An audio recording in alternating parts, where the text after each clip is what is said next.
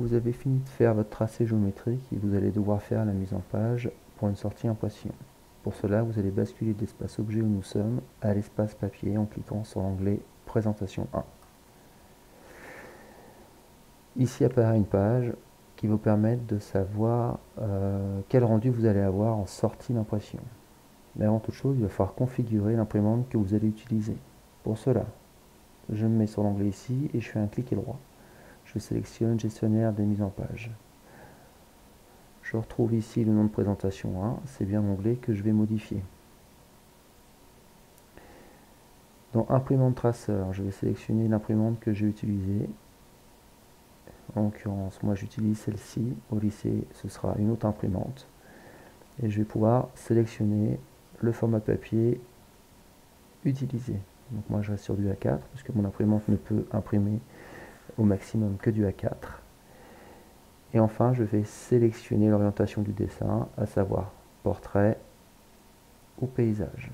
Je vais rester sur paysage.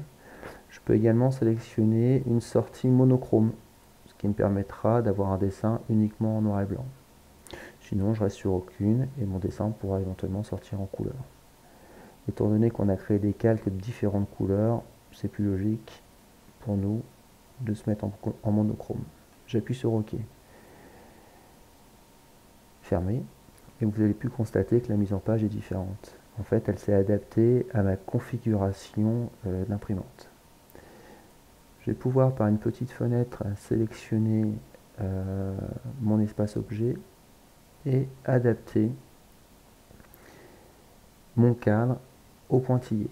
Alors, il faut savoir que tout ce qui va sortir du pointillé ne sera pas imprimé. Donc, l'idéal, c'est quand même de rester dedans. Là, on prend les points d'accroche et on sélectionne. Si j'ai une accroche objet ici qui me gêne, je peux désélectionner l'accrochage aux objets. Je peux même zoomer pour être au plus près de mes pointillés. Voilà. Et après dézoomer pour retrouver ma page. Une fois que j'ai fait ça, je fais échappe. Alors attention ici, si je clique deux fois dedans, je repasse en espace objet, c'est ce qui s'affiche ici. Si je clique deux fois à l'extérieur, je repasse en espace papier. Je peux aussi faire cet échange en appuyant ici sur papier pour repasser en objet pour repasser sur papier. On peut constater un quadrillage ici. En fait, pour l'enlever, il faut que je repasse dans l'espace objet et que je désélectionne l'affichage ici. Voilà. Je vais pouvoir aussi, dans cet espace-là, retrouver mon dessin à l'échelle 1. Hop, alors, il a tendance à se promener, voilà, ici. Donc, je peux avoir une petite mise en page comme ça. Et pour sélectionner l'échelle, je vais repasser en espace papier.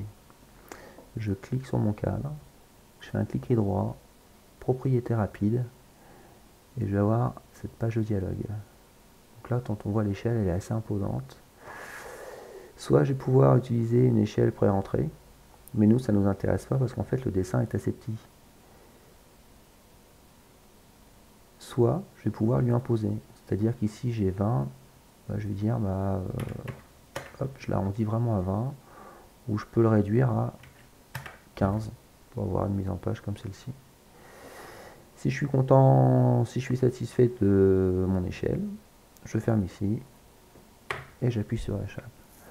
Attention, quand je déplace dans l'espace objet, à ne pas jouer sur la molette de la souris, parce que du coup, tout est à refaire. De fait, je vais me replacer, je resélectionne, je refais un clic droit, propriété rapide, et vous voyez, ça a bougé. Alors ça peut sembler anodin, mais lorsque je ferai la cotation, ça va me changer toutes mes valeurs. Donc c'est pas bon du tout. Donc je repasse à 15. J'appuie sur échappe. Et voilà pour ce qui est la configuration d'imprimante et la mise en page et la mise à l'échelle de mon dessin.